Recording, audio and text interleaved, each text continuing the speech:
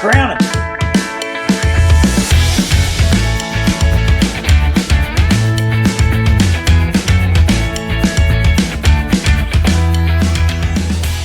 What's up, guys? This is Michael with On the Offside. Today I'm here with Matt and Derek. Got a lot to talk about from this past weekend. As you all know, conference championship games are this weekend. Playoffs have been announced. So it's going to be some interesting stuff to talk about this podcast. I do want to start out, though, by saying that ETSU over Kennesaw State, and I didn't get to see it, but it was obviously a thriller. I think ETSU scored 15 points in like the last minute and a half, something like that. So go Bucks, on to the next round. Just great to see them having a good season. Matt, was you the one that actually seen that game? Did you? Yeah. I remember you. Well, I didn't see it. I went back and watched the final 2 minutes, and it was intense. I think it was officially there was a minute 30 something on the clock when they scored a touchdown to draw within 7. And they recovered the onside kick, drove down the field, got a touchdown, and went for 2. And gutsy decision, but it paid off, and you love to see that happening. What a great season ETSU's put together. We really like to see that. See the local team really taking a step forward with their program. It's awesome. Yeah, it is awesome, and it seems like ETSU has just squeezed out so many games. So many close games. But, yeah, you're right. They scored with 15 points with a minute and 28 left. And, how about that call to go for 2 at the very end to go ahead and put Kennesaw away? It's just awesome. It's awesome seeing the local team do incredibly well. Who would have thought that they would have been at this point this early in the program? I mean, I was in school there whenever we didn't even have a football team. That just tells you how far it's come in such a small amount of time. And for them to be going playing the big dogs of FCS and North Dakota State next week. It's tough, but just to even be there is just super exciting as an alumni. So, absolutely, yeah. Like you said, when I was going there, it actually had just started the football program, so it's went a long ways, and it's good to see that program being competitive. It's kind of moving on in Division I. We got Alabama-Georgia game. Alabama SEC champions. I don't know about you guys, but when I was watching this game, it kind of felt like that atmosphere that it just felt like Bama was going to win this game. For me, when I was watching it the whole time, I don't know what it was. They're moving the ball. Bryce Young was phenomenal. I think he sealed the Heisman. I mean, we'll talk a little bit about that later, but I think this game really sealed it for him. And they really exposed Georgia's secondary. I think once they got into Georgia's secondary, the problem for Georgia also when they got behind, they're not a team that's been playing from behind this year. And, the offense just – I always knew that Georgia's offense, I was saying kind of all year that would be the one weak spot that I would worry about on that team. I didn't expect their defense to fold like they did, but the offense just couldn't get it done there. They threw a couple interceptions, and obviously the one was real critical. It was Georgia was driving the ball. They were deep in Alabama territory there, and Stetson Bennett threw an interception there. I think that was a game-changing moment too.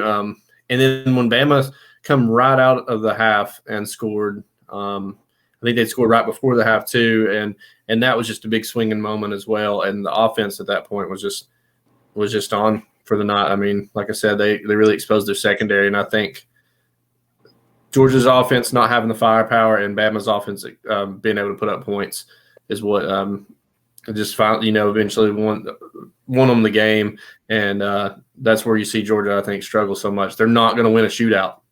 I don't think Georgia's a team that's going to win a shootout. And Derek, I guess you want to go next on that one? Yeah, I'll take next. This is definitely the game I wanted it to be. Was no doubt nerve-wracking going into it. But, had heard nothing but talk about Georgia all week, and I think that really helped fuel Bama, helped give Saban some bulletin board material.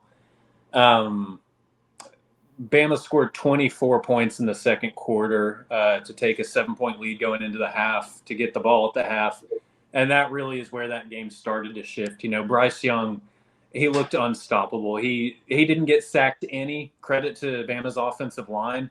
Obviously, they've made some major improvements over a week's time from where Georgia left him. But Bryce Young sealed the Heisman. I will be shocked if someone else wins it, and I know we're going to go over that. Biggest loss for Bama was just losing John Mechie. They played the whole second half without him and still had some success. So that much is promising. But whenever you have a receiver like Jameson Williams, you'd like to have another guy who can kind of threaten on the field as well to take some pressure off him. So I think if there is a rematch, Bama needs one of those young wide receivers to step up. We saw Ja'Cory Brooks do it when Jameson Williams had to go out versus Auburn. So look for somebody like that to step up. I'm excited. Just gotta take care of business from here on out. Yeah, who would have thought that Alabama would have scored 24 points in one quarter? Because that's what they did in the second quarter. Literally scored 24, which is more than Georgia had given up in a game at this point this season. But it looked like the Bama team of old in a lot of ways. It looked like one of those teams that could go on and win a national championship. Bryce Young is a special talent. I do think a rematch would be very interesting to see how the teams game plan and scheme and how stuff changes for round two. But, Bryce Young, it's everything that you guys said. Bryce Young looked unstoppable. Georgia looked, I don't want to say ill-prepared, but when you look at the quarterback position, Bryce Young is here and Stetson Bennett is here.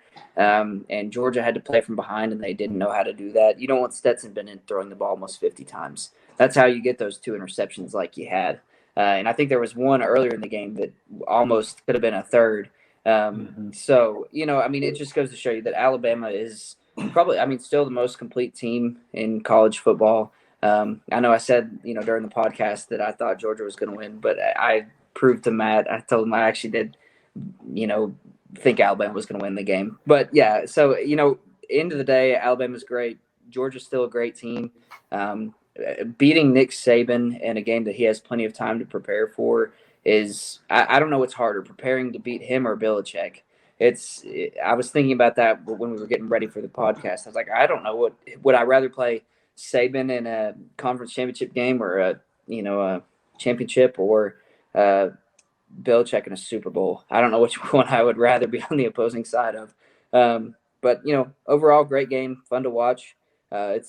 It feels right seeing Alabama in the playoff, and they might have still been in it. I don't know. We can speculate that till the cows come home, but they put all those doubts to rest with a pretty commanding victory this week. So, just to retouch on one thing, kind of off what Derek said, if there is a rematch, both offenses going into this game, if I'm Georgia, I want to be in a position where I can limit how many times Stetson throws. I want to establish the run game. I want to give the ball to James Cook so that Stetson doesn't have the ball as much. And I don't mean that as a slight to him. That's just the kind of QB he is. That's the kind of program, the kind of offense they run. He hasn't had to really be in a shootout all year. On the other hand, if I'm Alabama, I want to get the ball in Bryce Young's hands. That's who my playmaker is. They don't have a dynamic running back really. So let me give the ball to Bryce Young. Let me see what plays he can make.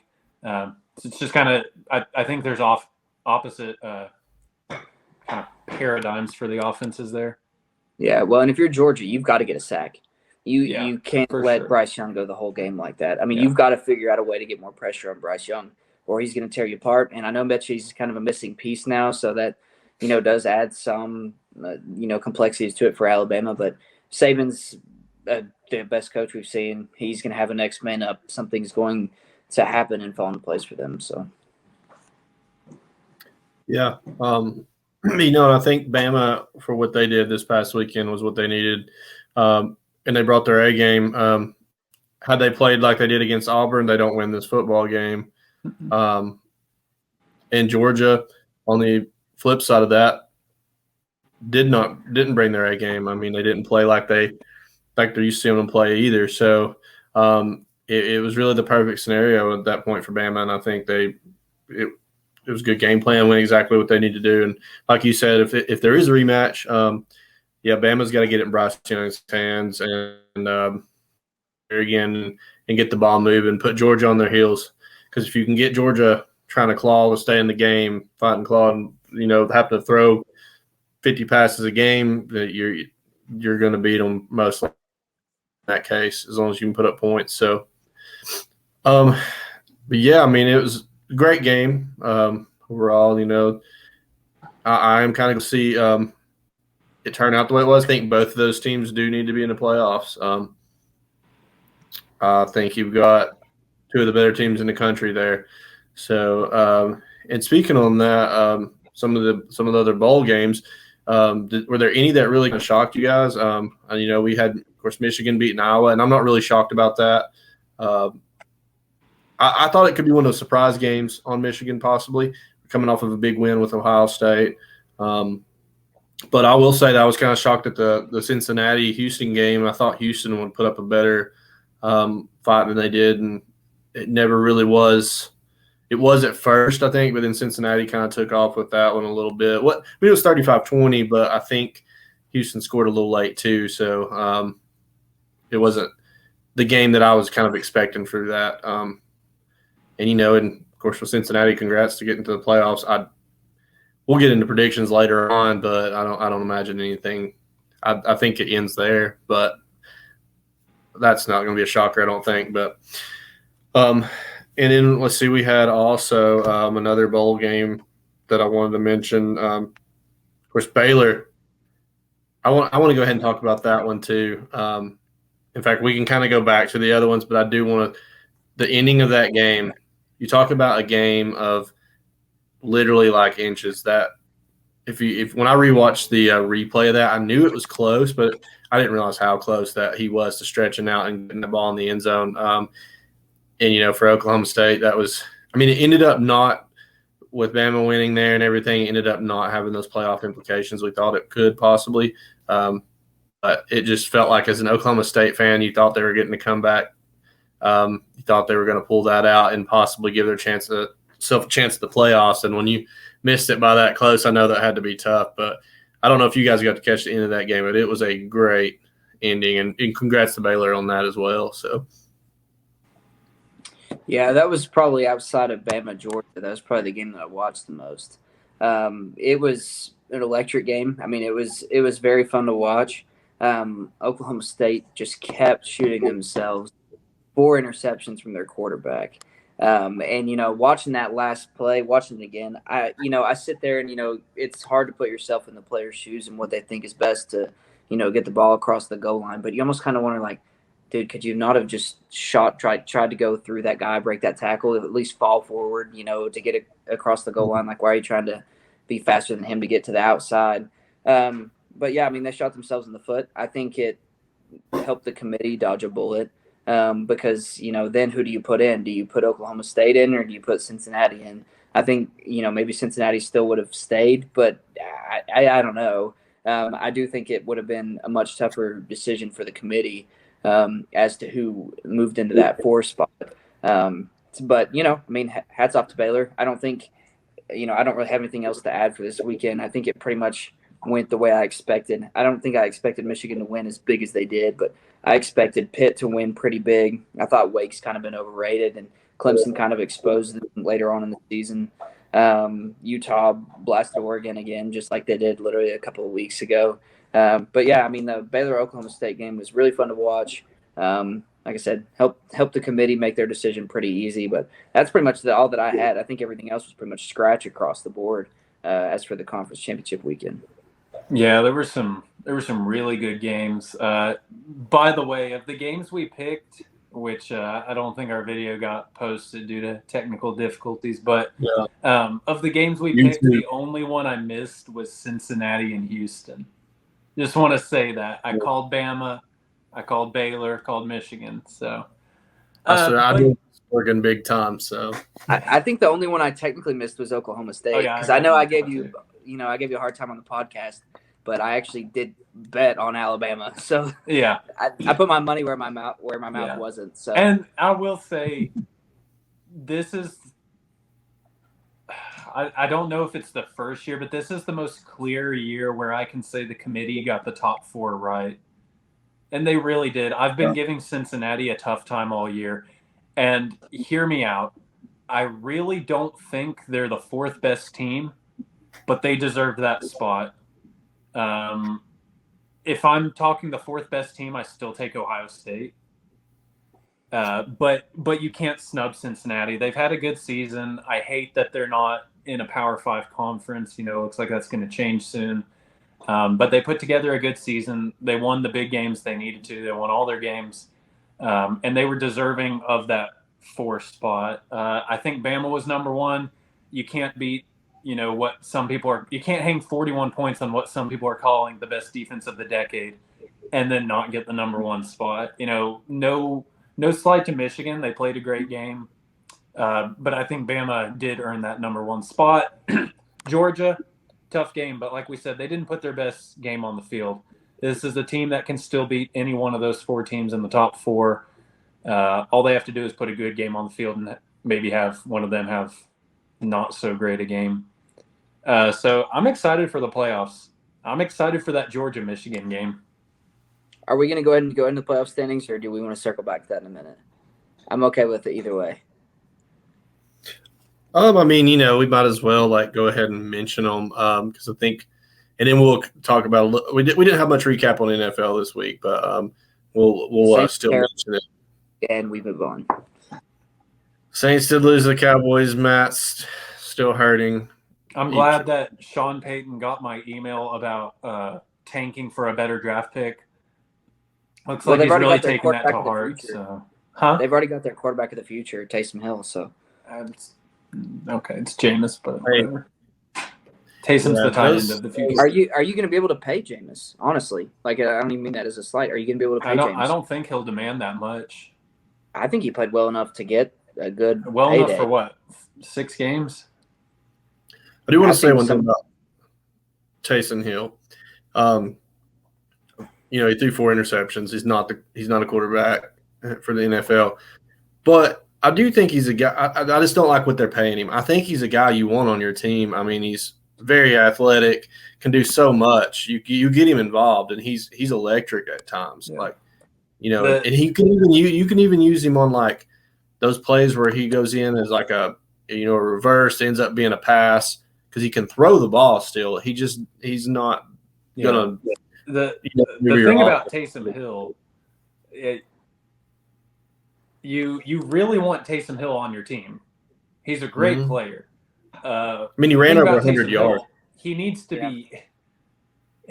be paid as a running back / tight end, halfback. He's getting paid like a quarterback. And that's where the Saints are getting into trouble. I know Sean Play him like Cordell Patterson. Yeah. I mean, he had over 100 yards rushing. Cordell's playing safety this week. Yeah. Just put him in there, I think he's an athlete. Play DB. I wouldn't doubt it. I mean, he's an athlete. He runs like a 4.3. Yeah, that's what I'm saying. He needs to be used on the team. Yeah, I say use him. Just don't put him at quarterback. Get past that. Point of whether you're going to use him as quarterback, and then use him where he can be useful to your team, which is in a lot of positions. It was good to see him play because he kind of removed all doubt. Before the season we had this, is it Jameis or Taysom? Yeah. Jameis is better than Taysom. There wasn't any doubt in my mind before, but I'm sure some people had doubts. Yeah. Yeah, probably some people. I think people that have watched enough football should have known that Jameis was at least the higher upside at the quarterback position. Because Jameis has been, he's shown flashes where he's been really good. He's just had to improve his decision making. I mean, he threw 30 touchdowns and however many yards. He just also threw 30 interceptions. And who better to fix that than Sean Payton? But, I do want to go say that I think he will draw a pretty good contract this year. And where we have a very slim draft class, in my opinion, I think some NFL team will pay Jameis a premium. I don't know who it'll be, and I'm not saying the Saints can't afford it. I haven't looked that closely into their salary cap situation. But I would be shocked to see him and Michael Thomas back. But maybe you sacrifice some of that money you'd be giving MT and give it to Jameis and try to get a wideout because this is a deep draft class for wideout. You've kind of been running the whole season without Michael Thomas anyways. You've kind of just been relying on your defense, and Kamara's not even been playing.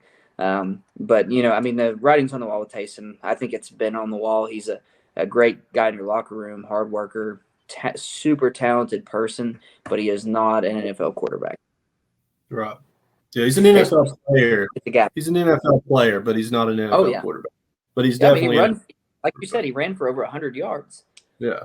So, he's got wheels, and, he has arm strength. So, I don't know. I just that situation just baffles me that you've got the Saints and Sean Payton who have done things so well for so many years, and they continue to just, beat this dead horse with Taysom Hill. I don't know. I'd be frustrated if I was a fan. I think they're going to put it to rest, though, after this.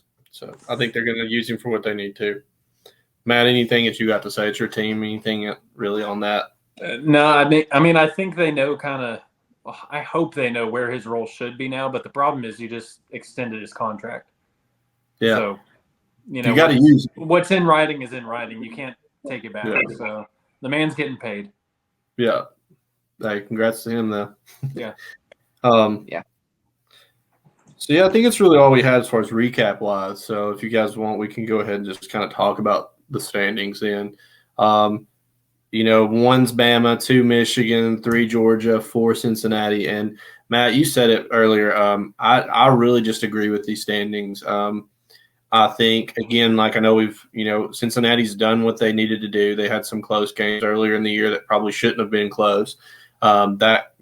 That gives me concern for when they're in the playoffs. I don't know how much of a game they're going to make it. But, and as much as I hate to admit it, that Notre Dame wins one of the signature wins, beating Houston, beating SMU like they did at the end of the season, kind of finished them strong there. I do think Ohio State's a better team than them. For Ohio State, you got to win the game, get to your conference, and win your conference. Or at least get to the conference, make it a close game. And Ohio State didn't do enough to get there. And, I think not only like Cincinnati deserves it when you look at it, they might not – Ohio State's probably the better team and make it more interesting. But you can't take that from them. And honestly, I think if you're going to really – it boils down to it, if Michigan loses a close game to Iowa, they made it to the championship and beat Ohio State head-to-head. That's 2 and they both have 2 losses. I think you would give it to Michigan at that point. Baylor would be another consideration because they won a conference championship and beaten Oklahoma State. And I don't think these teams are necessarily better. I still think Michigan just had a heck of a game against them. So I don't necessarily even believe Michigan's a better team. We'll see. Michigan definitely is capable of winning some, possibly beat Georgia, and who knows. But I don't see that happening. But again, we'll get into bowl predictions later on. But I do think there were a couple of teams that would have deservingly got it over Ohio State. Now, granted, I'm trying not to be biased because y'all was even texting y'all about it. I was like, is there any way possible Ohio State could get in this thing before the games on Saturday? And, of course, after, I was like, no, there's not. But I just think that – and that's why I don't like when Notre Dame's not in a conference, don't play a conference championship. If you have the same amount of losses as a team, now granted you got to see who those losses maybe are to, and you get to a big conference championship game and you win that game, you're just, in my opinion, more deserving of the playoffs. And I think that's why I want to see some, I want to see Notre Dame in a conference because had it worked out, Notre Dame could have potentially been in the playoffs by sitting at home Saturday and watching the bowl games. And I don't agree with that. Just my opinion. I just think you need you should be playing in that bowl game to be in the playoffs. Yeah, the committee had them at 5. So, all they would have needed is Cincinnati to lose, and they probably would have snuck in there. So, by watching and waiting. Yeah. Yeah. To be fair, Ohio State was 6, so there was probably some scenario in which they could have snuck in there too, sitting at home watching. But obviously we don't have to worry about that now. Mm-hmm. So yeah, I think they got it. I think they got it right. I don't think there's an argument this year. If there is, it's because you're biased to a team. That's the only thing I could think of. Yeah, the way I kind of look at it this year, with how everything shook out, you had 3 clear top teams: Bama, Michigan, and Georgia. And then the 4th, you had a few teams that could fall there. Like I said, I think the most deserving one got it. I don't think it's the best team, but I mean, you lose 2 games, you don't make it to your conference championship, and you've got an undefeated group of 5 sitting above you. I'm sorry, it's the right call. So yeah, I do have one unpopular opinion, and it has nothing to do with the 4 teams that got in. I think the 4 teams that got in deserve to be in, but I do think the committee had some weight of they just didn't want to see a Bama Georgia rematch, and that kind of shifted Bama above Michigan. And it's not that I take that much exception to it because I know they had a quality win, but I mean, if you look at it like just conference championship week, Michigan was ranked ahead of Alabama, and it's not like Michigan didn't take care of business. They won 42-3 against the team that was ranked number 13. I got big beef with what you're saying. I knew you would. So as far as strength of schedule, Alabama's I think was, I know I texted Alex this. It was either, I know it was either 5th or 9th, and I know there's a big difference there, but Michigan's was like in the 20s. Against teams in the top 40, Alabama was 9-1, and I think Michigan was 5-1. And Alabama was coming off the heels of beating Georgia. And it wasn't a home game for Georgia, but it's a home game for Georgia. I think the crowd was about 70-30. I think Alabama at 1 was the right call. Say what you want about Auburn. I've told you guys before, it's the Iron Bowl. Doesn't even count. Not to take away from Michigan, because Michigan's a great team. Bo Nix wasn't even okay. Nope. No. I know the committee values 2 things more than anything else: strength of schedule and conference championships. Alabama has both of those. Yes, Michigan won their conference, but strength of schedule goes to Bama by a lot. Yeah, I think if you looked at it linear and took names away from it, and you said this team's 2 coming into the week and this team's 3 coming into the week, and granted, number 3 beat number 1. There's obviously weight to that, but if Michigan had won close, I wouldn't be saying this. But they won 42-3, and they're coming off the heels of being the team that's ranked number 6 pretty badly. Their only loss was the team. Alabama beat the number 8 team pretty badly. They just beat the number 1 team by 17. Again, they hung 41 points on the best defense in the nation. I'm just saying the committee did not want to see a rematch in the semifinals. Well, but I don't think that's true. Am I wrong? I think if the committee hadn't wanted to see a rematch, all they had to do was put Michigan number 1, Bama 2, Cincy 3, and Georgia 4. I think, I texted that to Alex as well. I said the committee has 2 ways to do this. Right. They obviously don't want a Bama Georgia rematch, right? So they could just rank them one of 2 ways, and I think they chose the way in which Bama was the number 1 team. Well, and I think it's easier to justify Bama as 1 and Georgia as 3 than, Bama as 2 or 3 and Georgia as 4. Like, you're not going to sit there and look at a piece of – it's easier to say that Bama is better than Michigan from everything you're saying from a regular season standpoint and strength of schedule than saying Cincinnati's better than Georgia. So it's like, I don't know. I'm going to think that they did take some weight into that. Again, I take no exception to it. I think the committee was going to do everything in their power to keep a rematch from happening in the semifinals.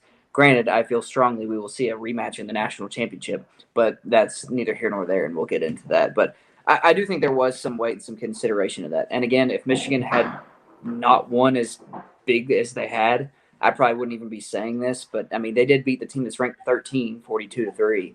So it's not like they were flat in their conference championship game. And they, the week before, beat the number 6 team in the country. So I mean, again, you're talking about beating a 2-loss Iowa team versus an undefeated Georgia team.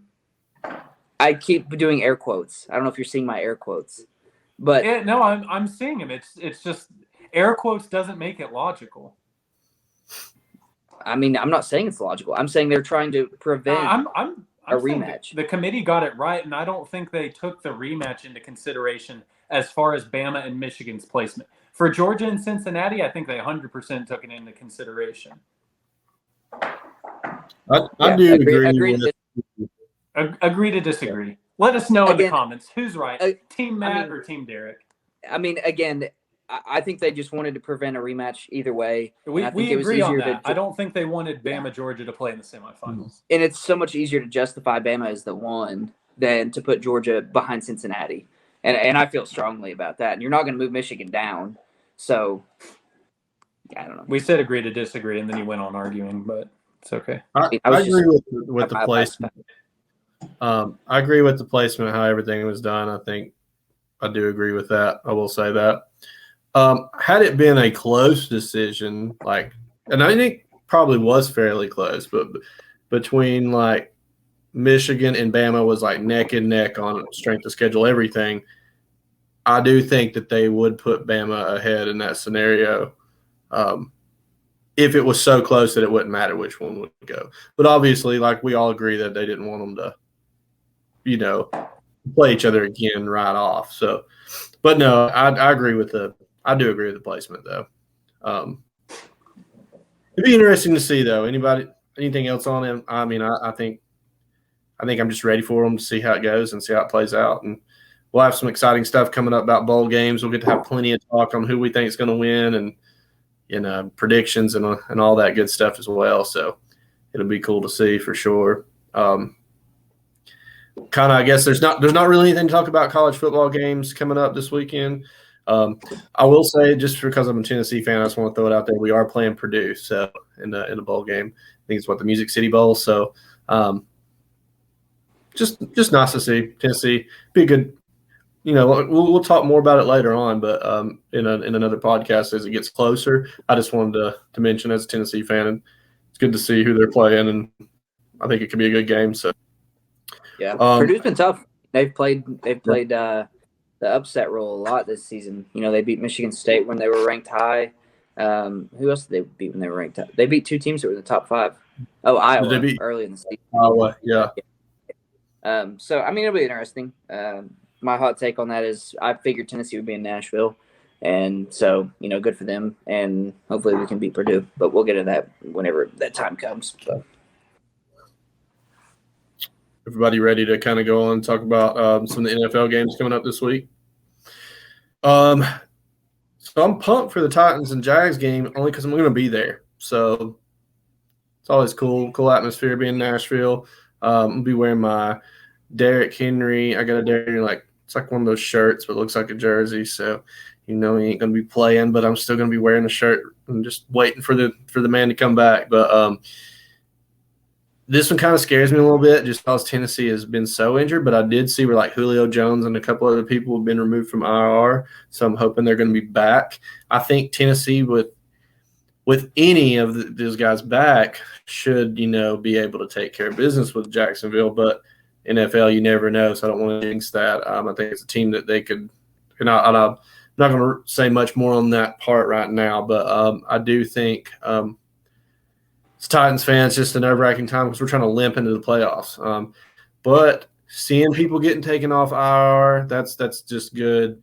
If Julio Jones can be back and play well, that's just a huge weapon for take the pressure off Tannehill a little bit to have somebody to throw to. I mean, Derek, like you said, I think it was on bye week last week, but the week before, there was some guys catching the football you didn't even know who they were. So, and that's rough. I mean, I know they're all still NFL caliber players. They're still good players, but you got to be at such an elite level at the NFL, and it's tough to deal with when you have so many injuries. So, because even the worst team in the league at that point, I'm not saying Jacksonville is the worst team in the league, but they're one of them and can show up and beat you if you don't have your guys to go out on the field with. But hoping for a good atmosphere. I'd really like to see a win while I'm there, so don't want to have disappointment while I'm actually at the game as well. So, but I mean, Titans, prediction-wise, Titans I still think especially with some guys coming off IR. I think the Titans could kind of get a little bounce back here and hopefully take care of business on it. Not, it's a real iffy scenario with every game they play right now with these injuries, but I do believe they could bounce back here. I'd like to see him get some pressure on Trevor Lawrence as well because he's about all Jacksonville has. So, yeah. So Julio practiced Wednesday, so that's very encouraging. Obviously, I'm hearing that Henry's ahead of schedule for his comeback, so that's encouraging. But as for this weekend, Tennessee's at home. They've got to take care of this game. I mean, they've got to. This is one that you cannot let slip away from you.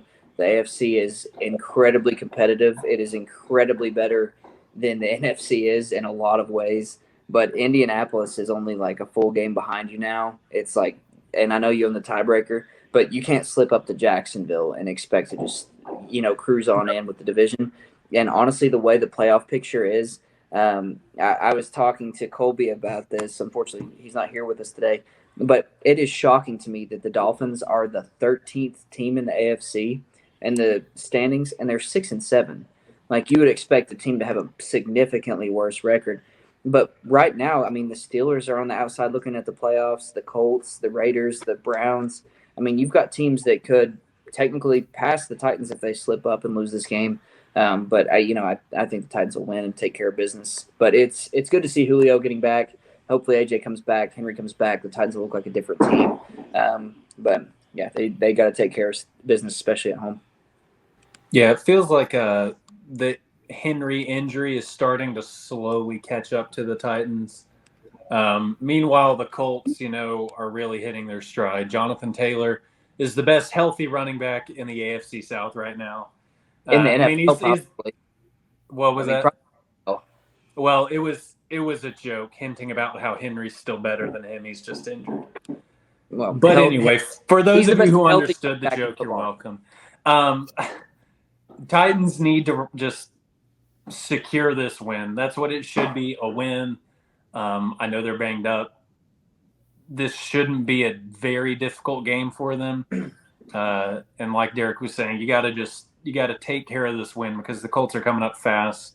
All you got to do is go into the end of the season with them tied. You got the sweep of them, so you decide it. I think Titans win this game pretty easily.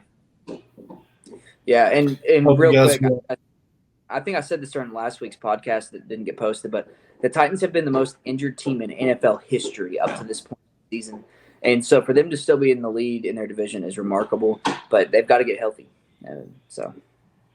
Yeah, and I hope you guys are right about this weekend, Derek. You mentioned that about the injuries. It's just tough to see that injuries. We got through the toughest part of our schedule with a really good record.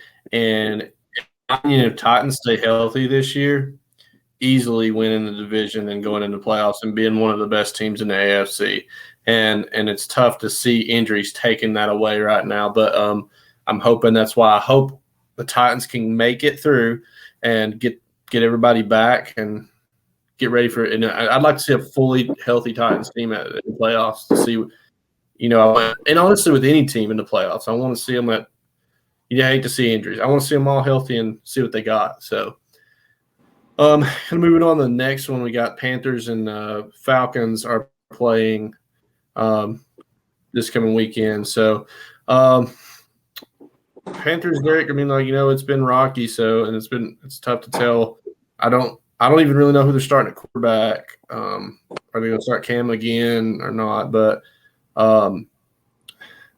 at the same time, I don't know. It's tough. It's a tough game. Part of me wants to think your defense is just going to do what it needs to do. They're still a good defense. You had some injuries on it, but I'm just going to go with it again on this. I'm going to say Panthers in a bounce back game. I don't mean the bounce back is going to go far. It's not to talk bad about them. I really ain't. It's just I think this game that the Panthers might get. Just added another. If we're just looking at this week coming up, Falcons have been rough. So I think the Panthers can win this one. Yeah, we just put another corner on IR, so that's great for for our defense. But I think coming off the bye week, I do think we beat Atlanta. We beat Atlanta in Atlanta. I think we should be able to beat them at home, especially with the extra time to prepare. But it's going to lead to an immediate letdown of at least 2 losses following that, with Buffalo going to Buffalo and then playing Brady and the Bucks. So, I think we'll win this game, but I think we're going to literally turn right back around and then lose 2. I mean, the season's where the season is. And, I think we can beat Atlanta. We're actually favored by 2.5. But I don't know. I don't necessarily trust Cam, but I do think with an extra week to prepare, we should be able to beat Atlanta. So, but again, the season's done for, but we should win this week. So, yeah, I'll take Atlanta, and that's no shame to the Panthers because I'd take Atlanta over New Orleans as well. There's 3 teams in the NFC South that are just all pathetic. And when they play each other, you're like, yeah, this team could win, but this team could win. And I don't know how Tom Brady does this, but this is the second division out of the 2 divisions he's been in where he has the top team in the NFL, and every other team in that division is just trash, bottom of the barrel. When he was with the Patriots, they've got Bills, Dolphins, and who else? Jets.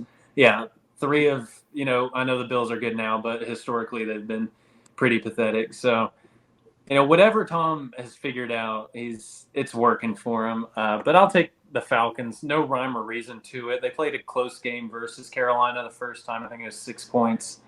So I guess Matt Ryan is the reason I'll take it. And I never thought I'd use that as a reason to win a game, but yeah, there it is. Yeah. But it'll be interesting to see for sure. But football just wants Brady to win.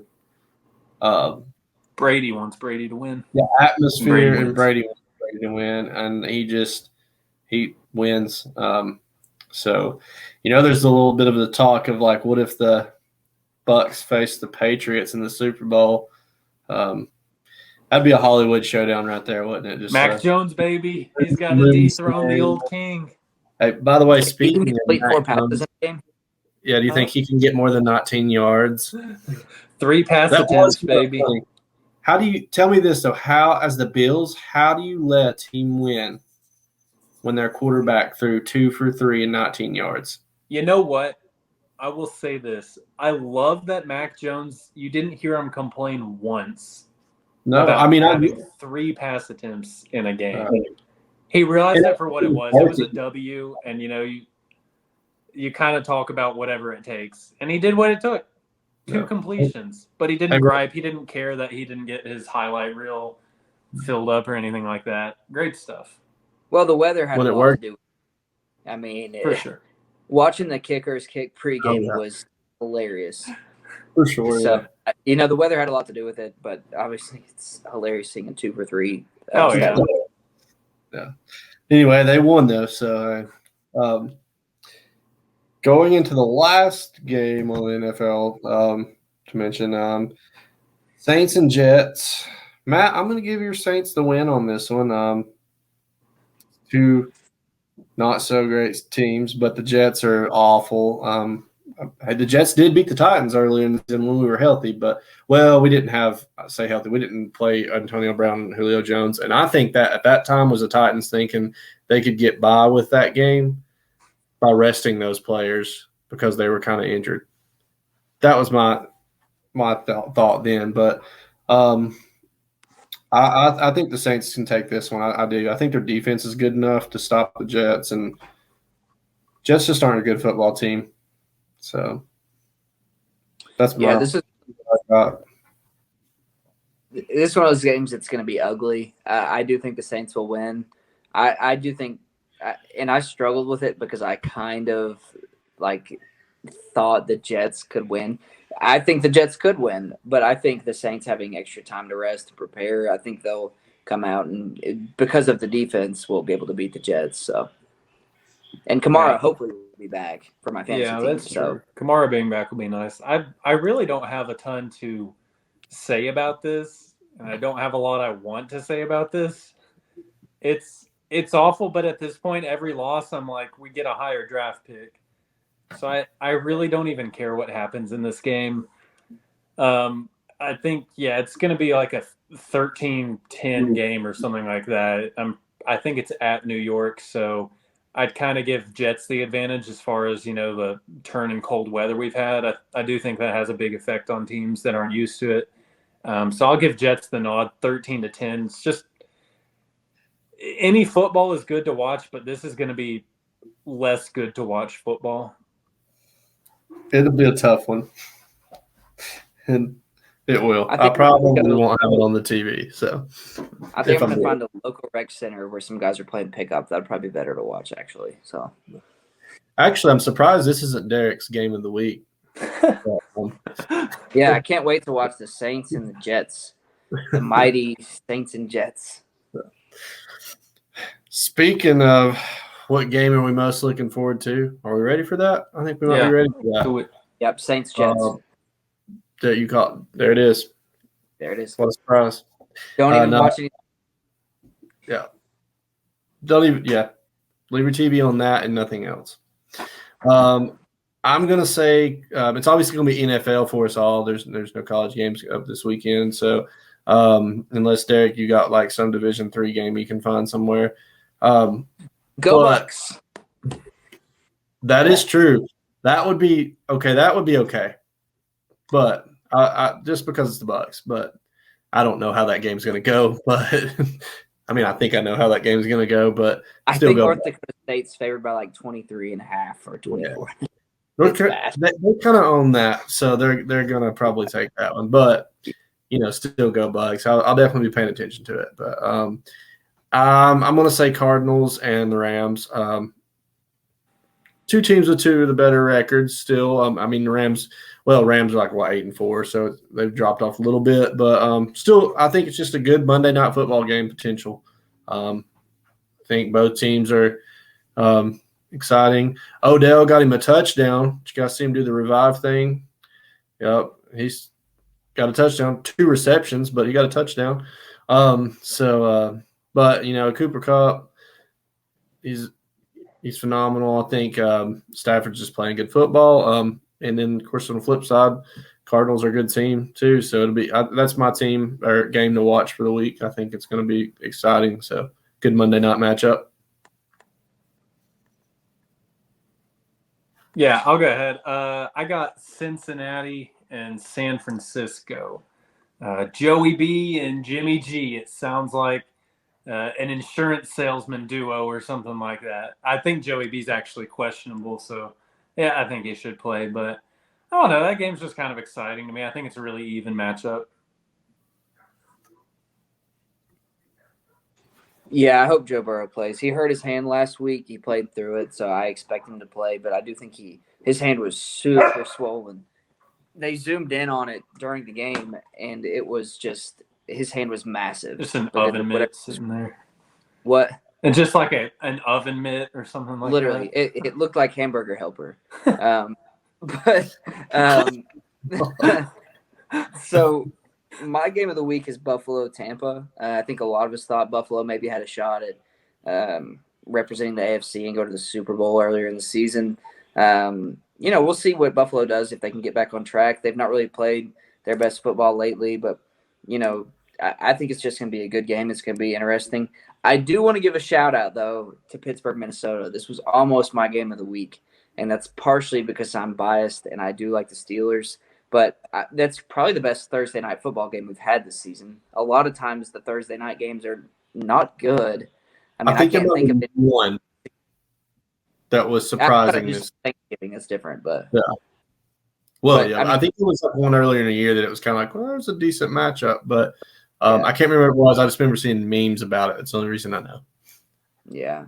Sorry. I do feel like they normally puts not games that people will watch on Thursday night football. So Pittsburgh, Pittsburgh coming off beating Baltimore should be interesting. They're trying to get in the playoffs, so there's that. Minnesota, Colby and I talk about this all the time. How is Minnesota 5-7? Like Dalvin Cook, Justin Jefferson, Kirk Cousins, they've got a good defense. Like how is the third name you said is the reason why Kirk Cousins? Adam Thielen. I mean, Kirk Cousins doesn't have bad numbers though. That's the thing. It just makes no sense. But anyways, that was my throw in for game of the week. Since Colby's not here, I guess I could throw a second one in. Hey, by the way, the Lions got their first win. Yes. Against Minnesota. So maybe for the Steelers, that does kind of set up a good, you might that's rough. You lose the Lions, give them their first win of the season, and you might kind of still be have the blues a little bit going in this game. But yeah, Minnesota's favorite. So yeah, I will be watching. Go Steelers, because the Panthers let me down every week. I get that. So last one here, which team should be on upset alert? I hate to do this, and I'm hoping that I'm going to reverse psychology this into what I want to happen. But I think for the Titans, you got to be careful about potential upset because, like you said, they got to win this game.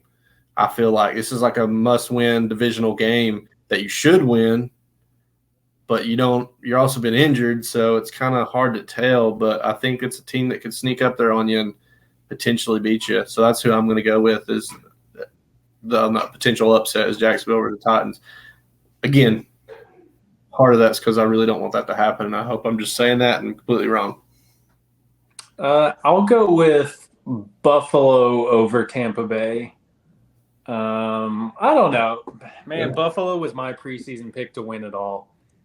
And I'm not giving up on that yet, but it's looking a lot less likely. Tampa Bay, on the other hand, is looking like they have a good chance to go back to the big games. So we'll see. I think Buffalo's capable of pulling off big games still. So I think it would be shocking to me if you had told me at this point in the season Brady would have 500 more passing yards than Josh Allen and 8 more touchdowns than Josh Allen. Brady is the leading candidate for MVP, and he's one of those guys that, they could lose out as long as they make the playoffs.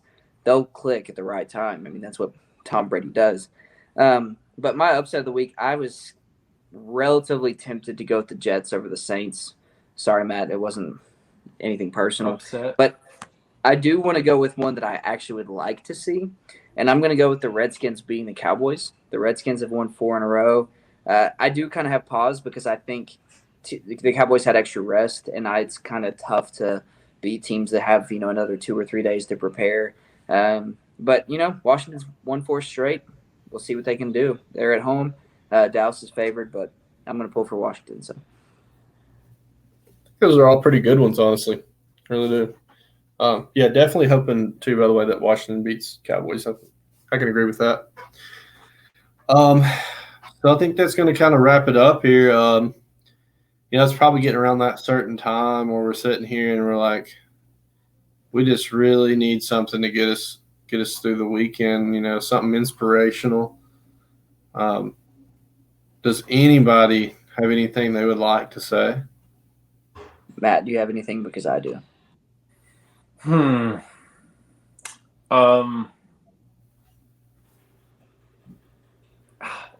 want to make jokes, but Alabama could play Georgia again. So I'm just going to say nothing and let Derek take it from here. Okay. Don't ever be an Alabama assistant coach and go somewhere else and think you're going to beat Nick Saban. That's it. That's the quote. Unless your name is Jimbo Fisher. Yeah, but it's still what's Saban's record against his assistants? Like 24-1 or something like that. Yeah. You got a better chance of probably like going out and winning on a scratch off lottery ticket out here. So take your chances.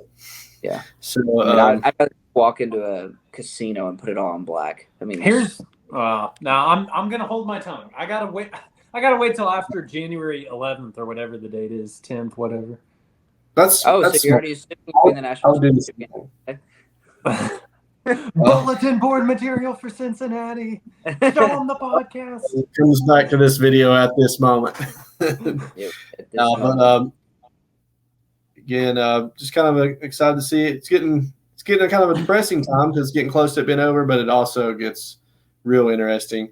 Also, guys, don't forget, I've already done a thing where I'm doing the bowl picks, so we'll definitely have to do something on that before we really get into it. Probably just be a post if you guys are down, but And if you all have any bowl picks that they're out there watching that as well, make sure to give us a like, subscribe, comments. Let us know what you think about the top 4. And did you agree with Matt or Derek earlier? So, and then again, it's going to get really exciting with some of these bowl predictions coming up in the future here. So, but as always, thank you guys for watching, and thank you guys. See you.